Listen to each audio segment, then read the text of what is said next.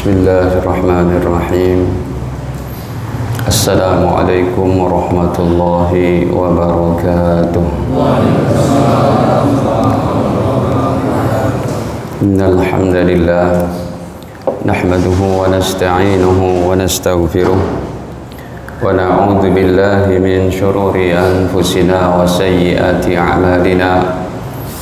من يهده الله فلا مضل له ومن يضلل فلا هادي له أشهد أن لا إله إلا الله وحده لا شريك له وأشهد أن نبينا محمدا عبده ورسوله لا نبي بعده اللهم صل وسلم على نبينا محمد وعلى آله وصحبه ومن اتبعهم بإحسان إلى يوم القيامة أما بعد فيا معشر المسلمين أوصيكم ونفسي بتقوى الله وقد فاز المتقون قال الله تعالى يا أيها الذين آمنوا اتقوا الله حق تقاته ولا تموتن إلا وأنتم مسلمون.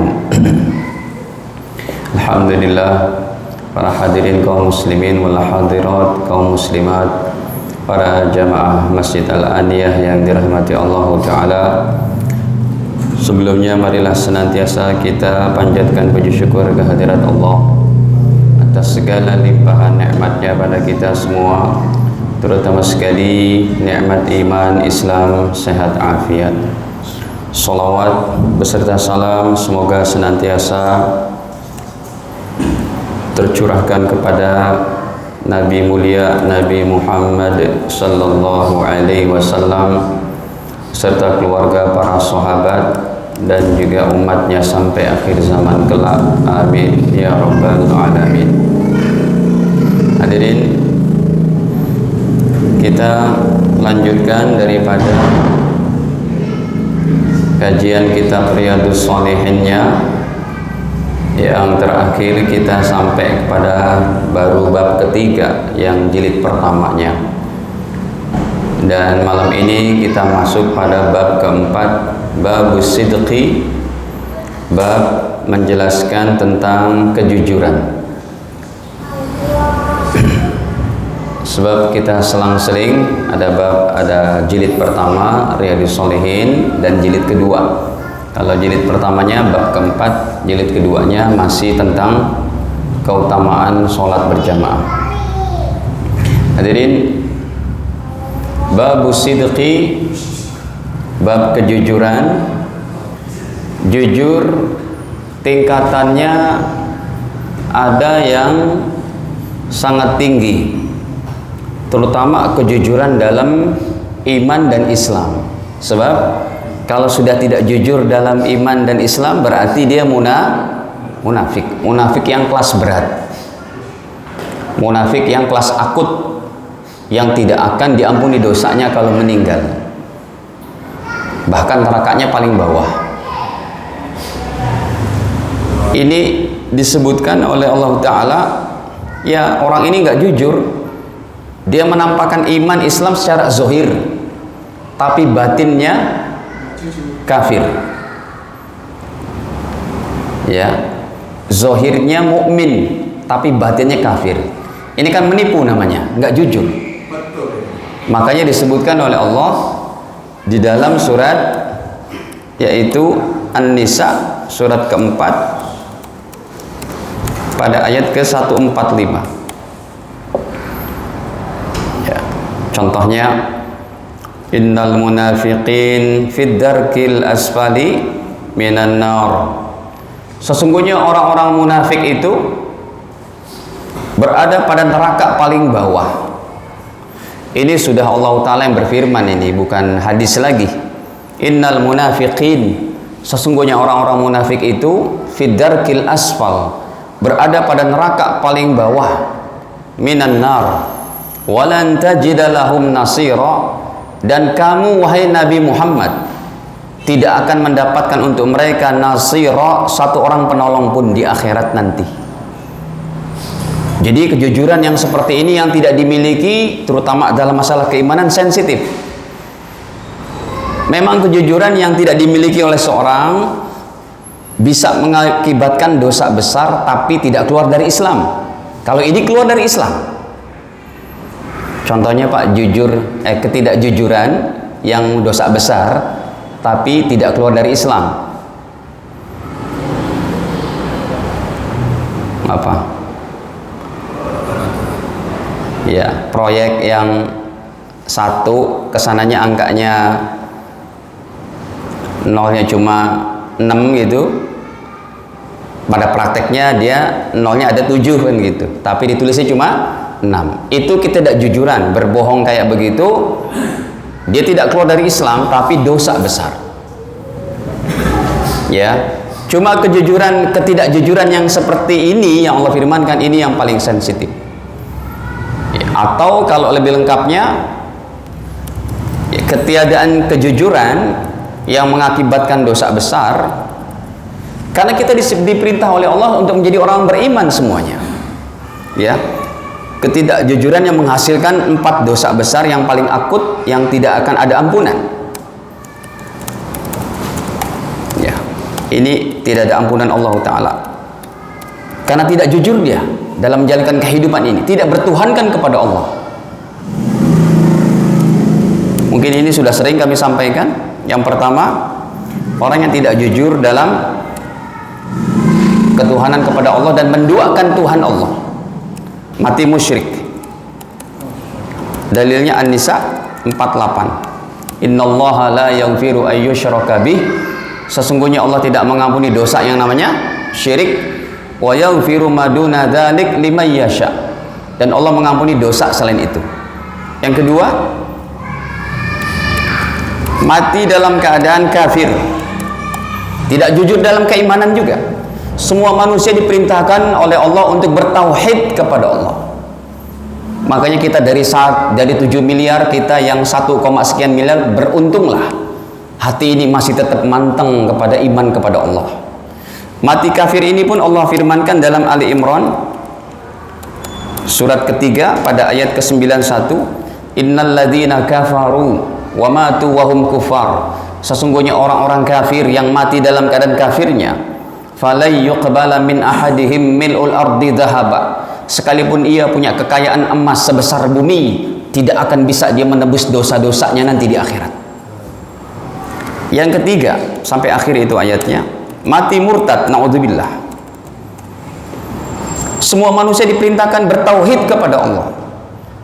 Bahkan siapa yang dia mau mencari Tuhan selain Allah, Allah katakan cari tempat tinggal selain daripada bumi ini ciptaanku, kata Allah dalam hadits qudsi. Ya, mati murtad pada Ali Imran surat masih ketiga ayat ke-85. Wa may yabtaghi ghairal islami dina. Saya nggak tampilkan ayatnya karena mau cepat saja Pak, ini sekedar cuplikan saja. Wa may yabtaghi ghairal islami dina, dan siapa orang yang memilih agama selain Islam, falay yuqbala minhu, enggak bakal diterima oleh Allah selama-lamanya. Wa huwa fil akhirati minal khasirin, di akhirat dia akan sangat menyesal. Yang keempat, mati munafik yang tadi itu. Ya, An-Nisa pada 145. Innal munafiqin fid darkil asfali minan nar. Yang tadi barusan kita baca nih. Nah, hadirin para jamaah dirahmati Allah, coba kita baca hadisnya, ayatnya. Imam Nawawi rahimahullah membawakan ayat pertama diantaranya dalam surat At-Taubah surat ke-9 pada ayat ke-119. Ya ayyuhalladzina amanu taqullah, wahai orang-orang beriman, bertakwalah kalian kepada Allah, wa kunu ma'as shadiqin, dan jadilah kalian bersama orang-orang jujur. Kita diperintah untuk menjadi orang jujur, bersama orang jujur. Jangan ikut orang yang berbohong, jangan ikut orang yang berdusta. Ya, jadi ini perintah Allah supaya seluruh orang-orang beriman, ya, jadilah kamu pada kelompok orang-orang yang jujur. Wa kunu ma'as shadiqin, jangan bersama orang-orang yang tidak jujur. Kemudian hadirin, contohnya dalam surat Al-Ahzab ayat ke-35. Ini cuplikan saja sih, sebenarnya ayat 35 surat Al-Ahzab ini, surat ke-33, ada 10 orang yang Allah puji. Ini ayat cuma satu dalam Al-Quran. 10 kelompok orang, 10 golongan orang yang Allah banggakan dalam Al-Ahzab 35. Cuma Imam Nawawi membawakan cuma yang jujur saja. Kenapa? Karena pembahasannya bab jujur. Tapi kalau mau dibuka ayatnya boleh nih. Innal muslimin wal muslimat wal mu'minina wal mu'minat wal qanitina wal qanitat was sadiqina was sadiqat. Ya. Nih. Ada 10 orang ini. Innal muslimin wal muslimat. Yang pertama, muslim laki dan muslim perempuan. Wal mu'minina wal mu'minat. Mukmin laki dan mukmin perempuan. Wal qanitina wal qanitat. Laki perempuan yang tunduk patuh kepada Allah. Was sadiqina was sadiqat. Laki perempuan yang jujur. Berarti nomor 4. Yang dicuplikan oleh Imam Nawawi cuma nomor 4. Ya. Ini kita baca selengkapnya daripada 10 orang itu. Nomor 4, orang-orang yang jujur masuk dalam ayat ini. Jujur kepada Tuhannya, jujur kepada Rasulnya, jujur kepada pekerjaannya, jujur kepada anak, suami, anak istri, jujur. Diberikan amanah, jujur. Diberikan satu jabatan, jujur. Diberikan satu amanah, jujur. Ini kejujuran ini ruang lingkupnya sangat fleksibel sampai kepada vertikal hubungan kepada Allah, sehingga horizontal kepada manusia itu ada kejujuran. Ya, orang kalau sudah nggak jujur ini biasanya wibawanya, muruahnya hilang, Pak. Ya, kasihan, berat orang-orang tidak jujur ini, terlebih dalam akidah, dalam keimanan. Yang kelima, was-sabirina was-sabirat, laki perempuan yang bersabar. Wal khasyi'ina wal khasyiat. Yang keenam, laki perempuan yang khusyuk dalam sholatnya. Wal mutasaddiqina wal mutasaddiqat, laki perempuan yang banyak sedekah, bersedekah. Yang kedelapan, was-shaimina was-shaimat, laki perempuan yang berpuasa. Yang kesembilan, wal hafizina furujahum wal hafizat, laki perempuan yang menjaga kehormatan mereka.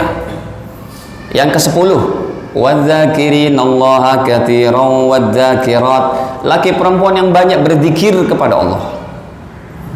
Hadirin, kalau zikir kita cuma subhanallah subhanallah habis sholat, itu hitungannya masih sedikit, belum banyak. Jadi tambah lagi, Pak. Baca selawat sehari 1000 begitu. Istighfar 1000 begitu. Saya ulangi, kalau Anda baca zikirnya cuma habis sholat saja, itu ibaratnya baru makanan pokok nasinya. Kira-kira hari-hari makan nasi enak nggak, Pak? Paling nggak ada lauknya lah, kangkung kek, oncom kek, kan gitu. Bayangin hadirin, hari-hari Anda makan nasi betah, kurang masih itu. Tambah lagi, Pak, sholawatnya 1000, istighfarnya 1000, tahlilnya la ilaha illallahnya 1000, supaya kita masuk dalam golongan ini. Makanya kalau Anda mampu mengikuti para ahli dzikir, yang Anda sudah punya ikatan dzikir dengan guru-guru, ikuti terus. Pertemuannya setiap kapan nih? Setiap pekan atau setiap kapan? Begitu. Baik.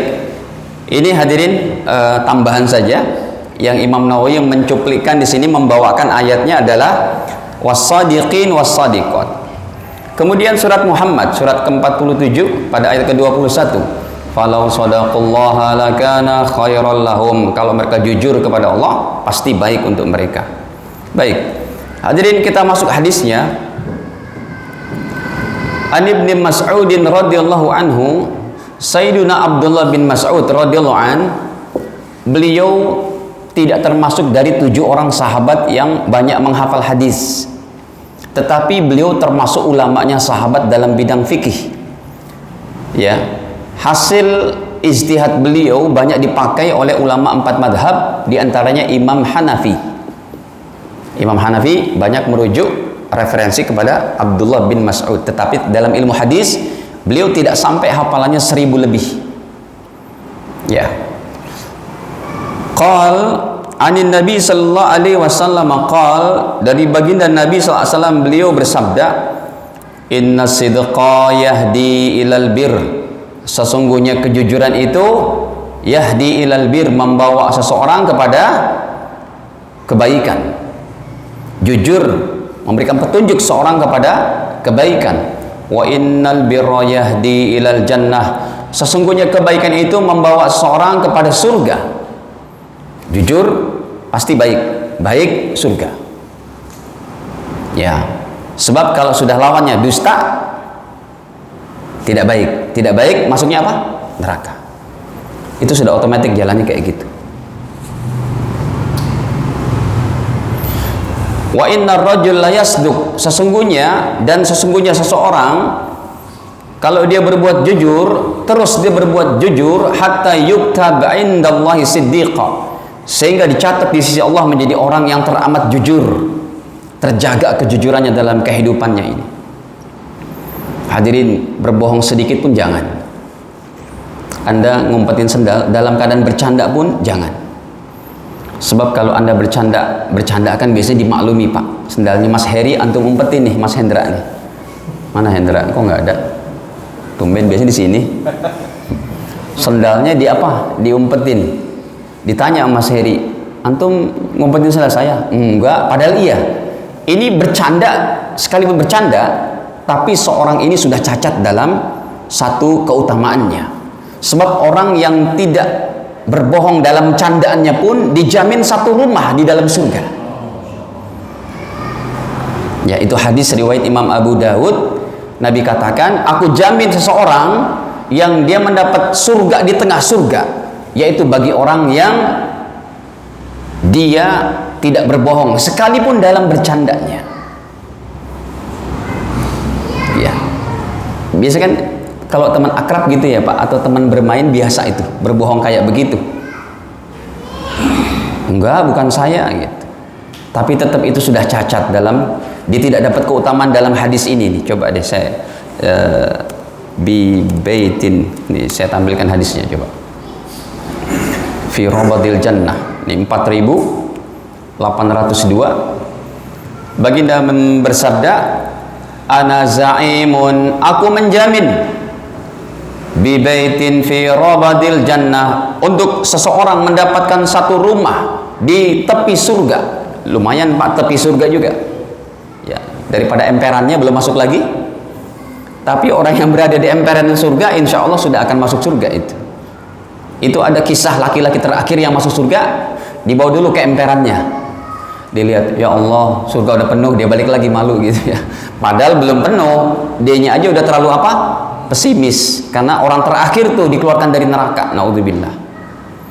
Kata Nabi, aku menjamin seseorang mendapatkan satu rumah di tepi surga, liman tarokal mira, bagi orang yang meninggalkan perdebatan, wa in kana muhiqqa, sekalipun dia betul. Yang kedua yang kita bahas ini, wa bi baitin fi wasatil jannah, dan aku menjamin bagi seorang untuk mendapatkan satu rumah di tengah surga. Nggak apa-apalah ya, hari ini kita tinggal di sini Pak, tapi kalau kita punya sifat begini, dapat rumah di tengah surga. Liman tarokal kadib, bagi orang yang meninggalkan perkataan bohong, wa in kana maziha, sekalipun bercanda. Yang ketiga lebih tinggi lagi nih, wa bi baitin fi alal jannah, aku menjamin seseorang untuk mendapatkan rumah di surga tertinggi. Liman hassana khuluquhu, bagi siapa orangnya yang dia memperbagus akhlaknya. Tapi bukan akhlak bagus aja tapi nggak sholat, bukan begitu. Ini akhlak bagus tercipta daripada iman, sholat, dan ibadah kepada Allah. Nah, para jamaah yang dirahmati Allah, ya. Kemudian kata Nabi, wa innal kadhib yahdi ilal fujur, dan sesungguhnya dusta itu membawa seseorang kepada perbuatan dosa, durhaka.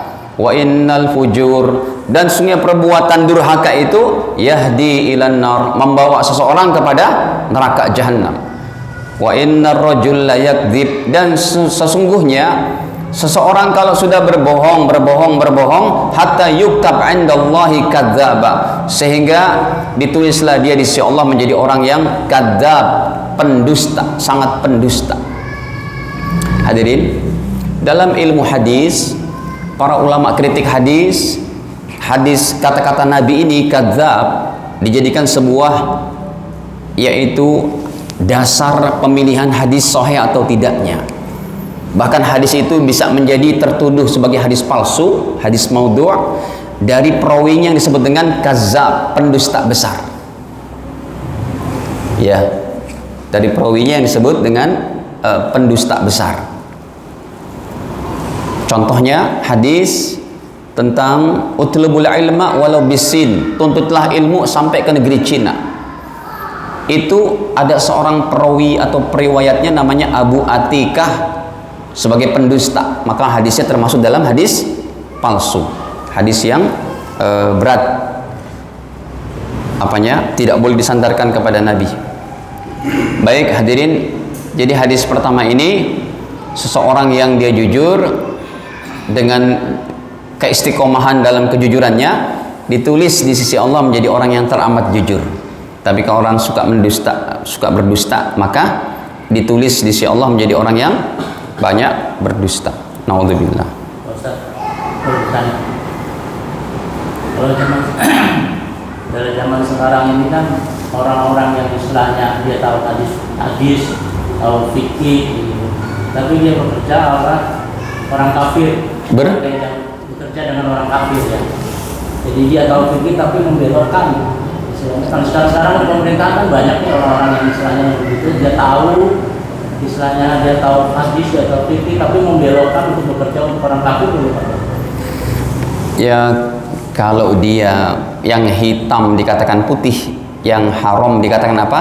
Halal, itu istilahnya dalam bahasa fikihnya itu, dia dalam bahasa hukumnya dia menjual agama dengan nilai dunia yang sangat hina ini. Dan itu termasuk dalam ayat wa yashtaruna bi ayatillahi samanan qalila.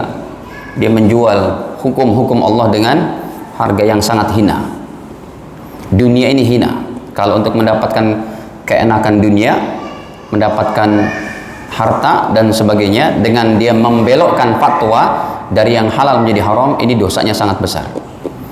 Ini termasuk nanti orang-orang yang akan diminta pertanggungjawabannya kepada Allah. Dia mengetahui tapi dia berkata dari yang selain itu.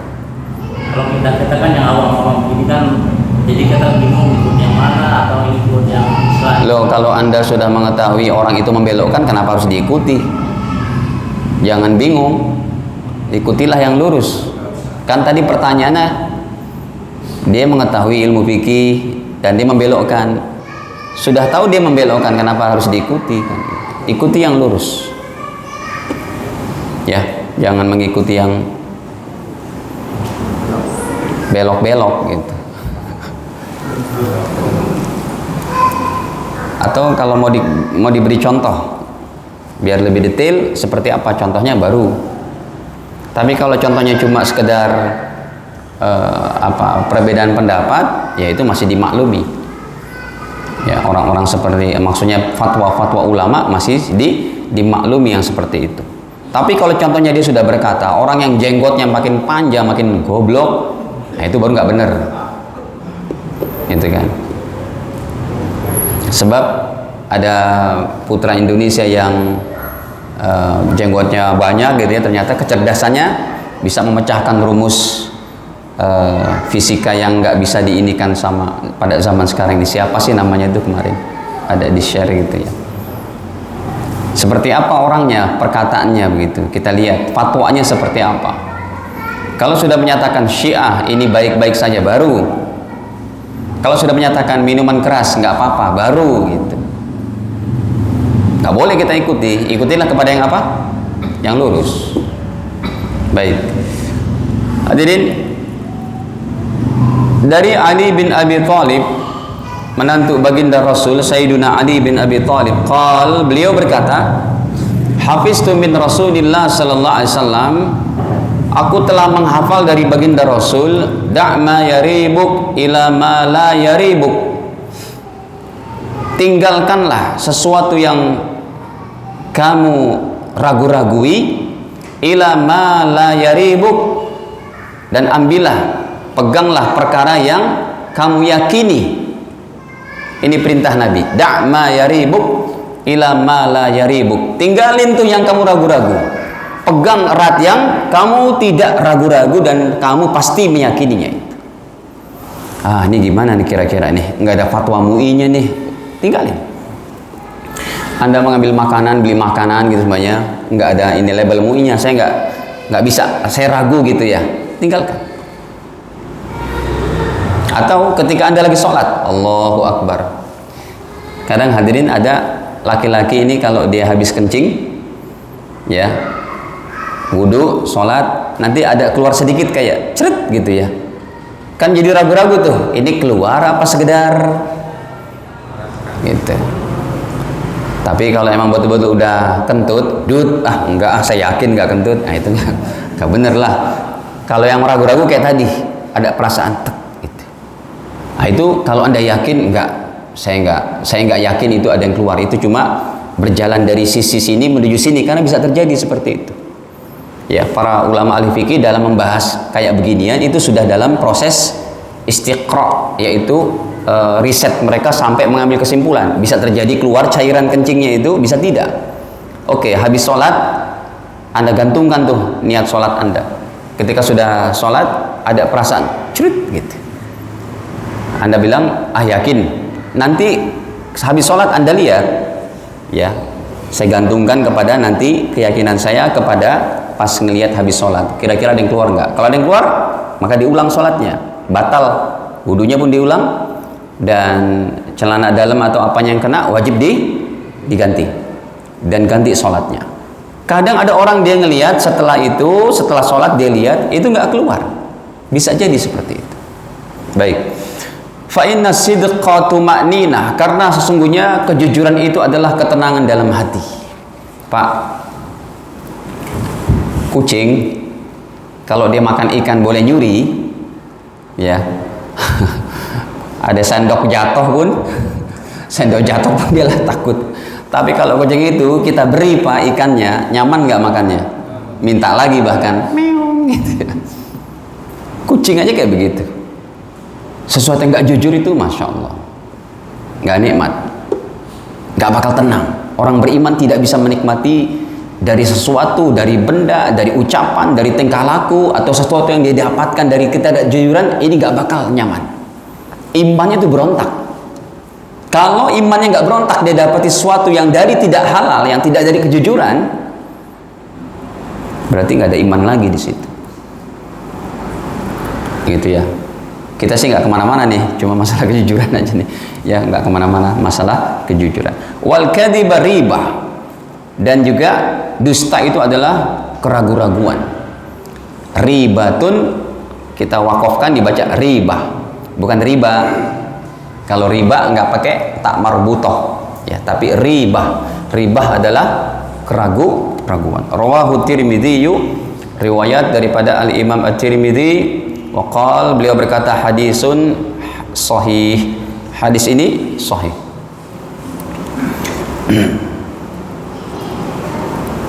Hadirin, ini kisah cukup panjang ya. Ketika Abu Sufyan Sakhr bin Harbin, beliau menjelaskan hadis yang begitu panjang fi qissati Herakl, tentang kisahnya Heraklius, ya, raja Romawi terdahulu, Heraklius yang didatangi oleh para sahabat. Maka Heraklius bertanya kepada para sahabat, "Famadza ya'murukum?" Nabi kalian itu yang namanya Muhammad sallallahu alaihi wasallam itu memerintahkan apa kepada kalian? Jadi sahabat itu dakwahnya sampai ke negara-negara sana. Makanya Madinah disebut Al-Munawwarah karena memancarkan hidayah. Padahal dakwahnya Nabi di Mekah cuma lebih banyak dari di Madinah.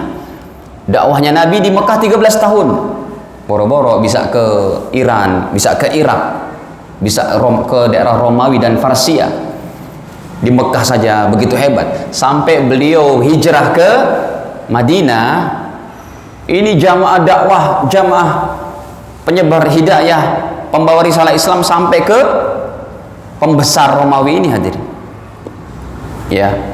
Famadza ya'murukum? Nabi kalian itu perintahkan apa sih? Maka Abu Sufyan berkata, "Ubudullaha." Inilah yang diperintahkan Nabi kami. Beribadah kepada Allah wahdahu, yaitu Allah yang Maha Esa. La tusyriku bihi syai'a. Jangan menyekutukan Allah dengan apapun. Jangan menduakan Allah. Watruku ma yaqul aba'ukum. Tinggalkan apa yang diyakini oleh kakek-kakek kalian terdahulu. Wa ya'muruna bis shalah. Maksudnya kakek-kakek mereka yang masih beragama bertuhankan yang segitu banyaknya. Wa ya'muruna bis shalah. Dan Nabi kami memerintahkan untuk mendirikan sholat. Wasidqi, dan juga memerintahkan kami untuk senantiasa berkata jujur, berbuat jujur, berperilaku jujur. Wal afaf, dan juga menjaga diri kita daripada perbuatan dosa. Wasilati, dan menjaga hubungan silaturahim. Ini diantaranya jawaban daripada Abu Sufyan ketika beliau berdakwah dan membawakan agama ke Heraklius. Hadirin, kita lihat nih satu hadis ini. Ya Allah, amalannya tidak berat, cuma jujur aja dalam hati, Pak. Amalannya tidak berat, tetapi dapat prestasi tertinggi di sisi Allah. Jangan remehkan kejujuran, hadirin. Dan kita berharap bisa mati syahid, Pak. Termasuk orang-orang Islam yang mati kena corona, kena COVID. Ini insya Allah matinya mati syahid, dosanya terhapus. Kita lihat ini coba. Hadirin, kemudian daripada An Abi Sabit, bisa juga namanya Abu Sa'id ataupun Abul Walid, Sahal bin Hunayf, wahwa badriyun, beliau termasuk sahabat yang mengikuti perang Badar.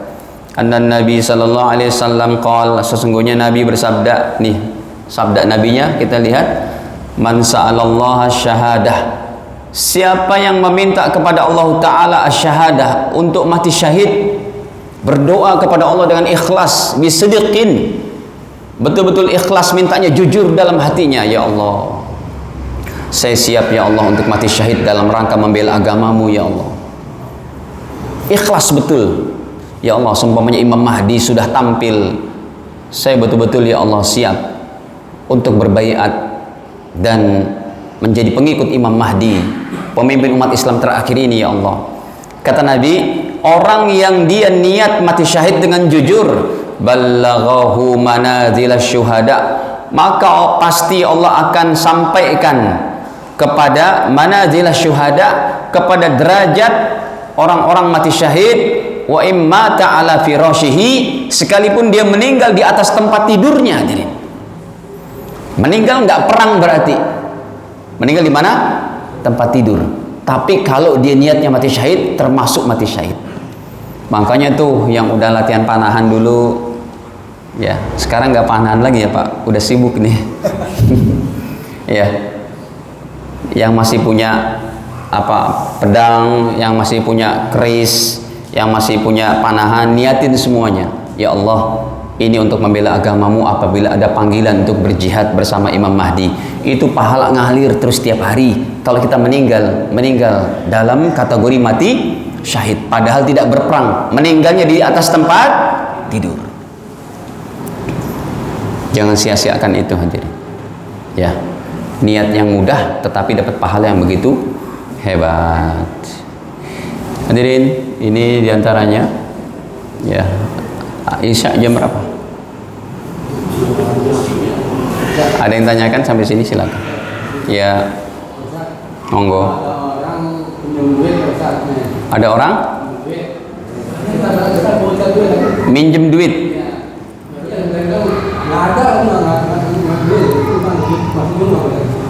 Berarti berbohong dong. Punya duit nggak dia? Yang dipinjem punya duit nggak? Tapi dia bilangnya apa? Ya berbohong itu. Jangan Pak, kalau nggak mau ngasih katakanlah, maaf Pak, saya nggak minjemin Anda lagi. Yang 2 juta aja belum dibayar. Jadi ungkapkan apa yang menjadi kita tidak mau meminjamkan. Jangan justru kita berbohong. Berbohong dibolehkan kalau dia mau berbuat dosa. Kamu tahu nggak yang jual minuman keras? Anda tahu nih, di toko itu juga ada kan gitu. Ya, Anda bilang nggak tahu, itu boleh. Itu berbohong yang halal. Supaya seorang tidak terjerumus dalam ke perbuatan dosa dan maksiat, Anda berbohong nggak tahu, padahal tahu, itu boleh. Dan itu kata Nabi tidak berdosa. Tapi kalau minjem uang, gara-gara dia pernah nggak bayar, jangan kita nggak bohong, katakan aja, enggak, pinjam sama yang lain aja. Orang kemarinnya belum bayar, bayar dulu dong, kan gitu. Makanya orang sekarang aneh, Pak. Ini saya alami, Pak. Uang kami di luar masih ada 400 juta dipinjam orang. Ada hitam di atas putihnya. Nomor handphonenya blank, semuanya nggak ada. Ada lagi yang minjem 70 juta. Masih ada juga itu dekat rumah-rumah kita. Kita tagih kayak belutnya, bukan main, Pak. Ketika minjemnya itu memelasnya bukan main. Itu yang angka 400-an 70 juta, 300 juta, 70 juta. Kalau yang angka 1 juta, jangan harap deh, Pak. Yang berat aja dia nggak mau ini. Hati-hati hadirin, jadi jangan sampai kita berbohong. Jadi kalau lain kali nggak mau minjemin, bilang aja, nggak, pinjam sama yang lain aja, maaf. Gitu. Jangan berbohong. Gitu. Nanti kayak enakan, Pak, bohong sama yang lain lagi. Hatinya kayak apa? Hatinya ya kayak. Kenapa? Hatinya kayak. Iya, jangan berbohong. Jadi kalau nggak mau minjemin, bilang aja, nggak usah pinjam sama yang lain gitu. Jangan kita korbankan kebaikan hati kita gitu. Kecuali orang itu mau berbuat dosa dan maksiat, baru boleh kita berbohong. Ya. Sebab kalau Anda ngasih tahu tempat jualan minuman keras, di mana, Pak? Itu ada di situ tuh. Orang itu jadi minum minuman, Anda berdosa nggak? Berarti itu sama dengan ayat wala ta'awanu 'alal ismi wal udwan. Jangan tolong-menolong dalam perbuatan dosa dan maksiat, permusuhan dan maksiat. Gitu. Ada lagi?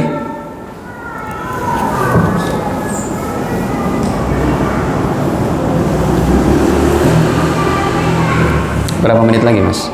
3 menit. Satu lagi boleh nanya? Boleh, Pak. Orang tadi. Silakan. Sekarang kan orang gampang ya namanya membidah-bidahkan orang yang tidak sesuai dengan ajaran Nabi Muhammad. Kita tahu amalan-amalan para sahabat itu kuat ya. Contohnya ada sahabat yang istilahnya setiap sholat dia habis sholat setiap ini baca Al-Ikhlas, ini baca Ikhlas, tapi amalan Nabi Muhammad didiamkan gitu. Tapi kita kalau mencontoh itu bidah itu bagaimana? Ya nggak bid'ah itu. Tapi kalau amalan Nabi Muhammad kan waktu itu pernah disampaikan, ya Rasul, sahabat ini setiap sujud baca Al-Ikhlas, setiap ruku baca Al-Ikhlas. Bukan, hadisnya bukan sujud dan ruku baca Al-Ikhlas. Dibetulin dulu. Itu hadisnya Sahih Bukhari nomor 740. Iya, 700 sekian. Jadi bukan dia lagi baca surat Al-Ikhlas ketika sujud sama ruku. Tapi bacaannya itu habis Fatihah selalu bacanya kulhu. Habis kulhu nanti baru baca surat yang lain. Ya, pertanyaan diralat dulu. Ini bisa menyesatkan nanti. Bukan baca surat Al-Ikhlas lagi ruku dan sujud. Itu kan kalau Nabi Muhammad diam kalau masalah. Bukan didiamkan, tapi Nabi bertanya, kenapa kamu berbuat demikian? Nah, jadi ini nggak ada contoh Nabi, tetapi Nabi mengizinkan selama dia tidak keluar daripada hukum-hukum fikihnya. Makanya ulama mengatakan ini termasuk bid'ah yang baik. Inilah jadi dalil bid'ah yang baik. Ini hadisnya 741. Tadi saya bilang 700 berapa? Iya betul, 741.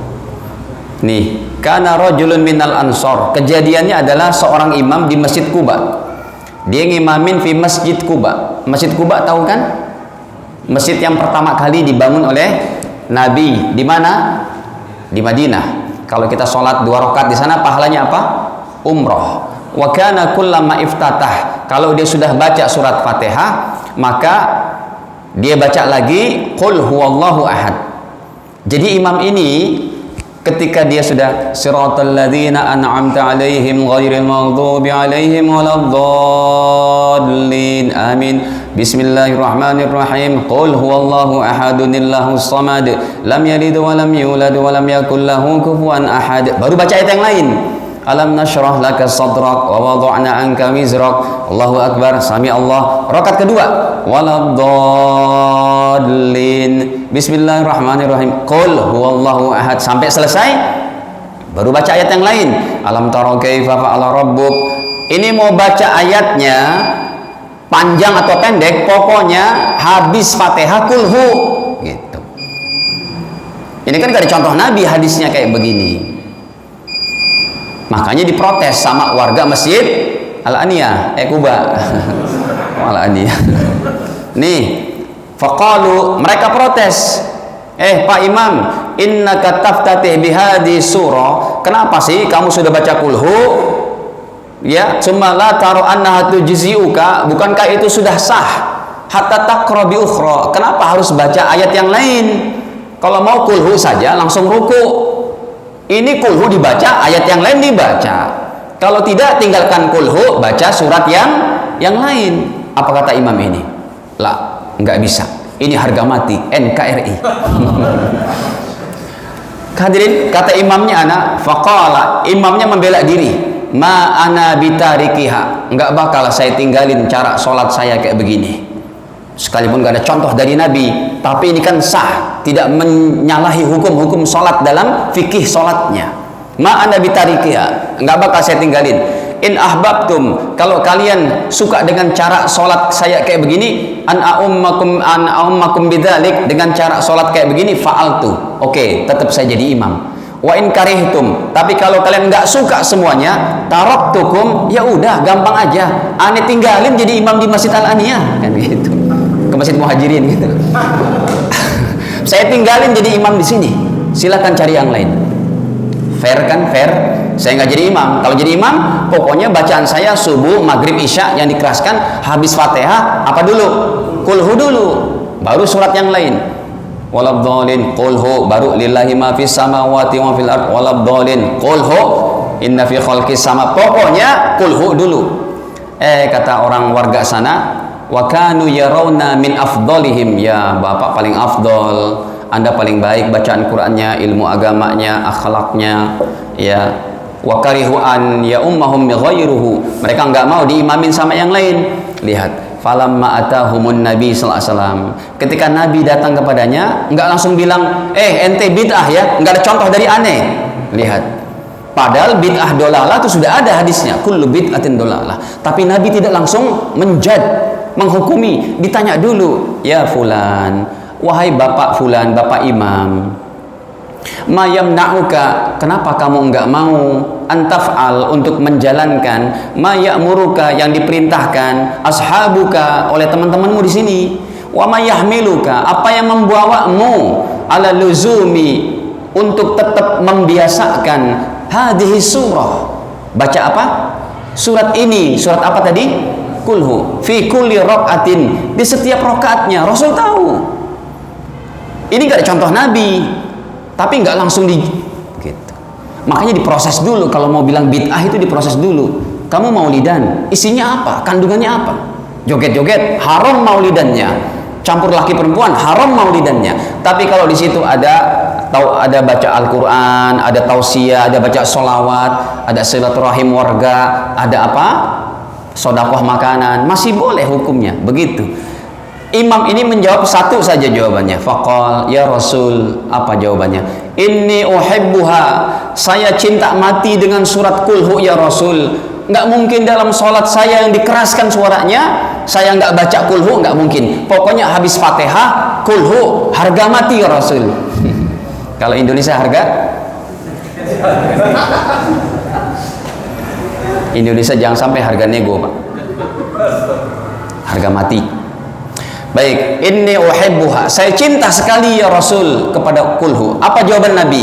Oh begitu, faqal, Nabi bersabda, wahai Bapak Imam, hubbuka iyyaha, kalau begitu cintamu kepada surat kulhu adkhalakal jannah, memasukkan kamu ke dalam surga. Bid'ah masuk surga.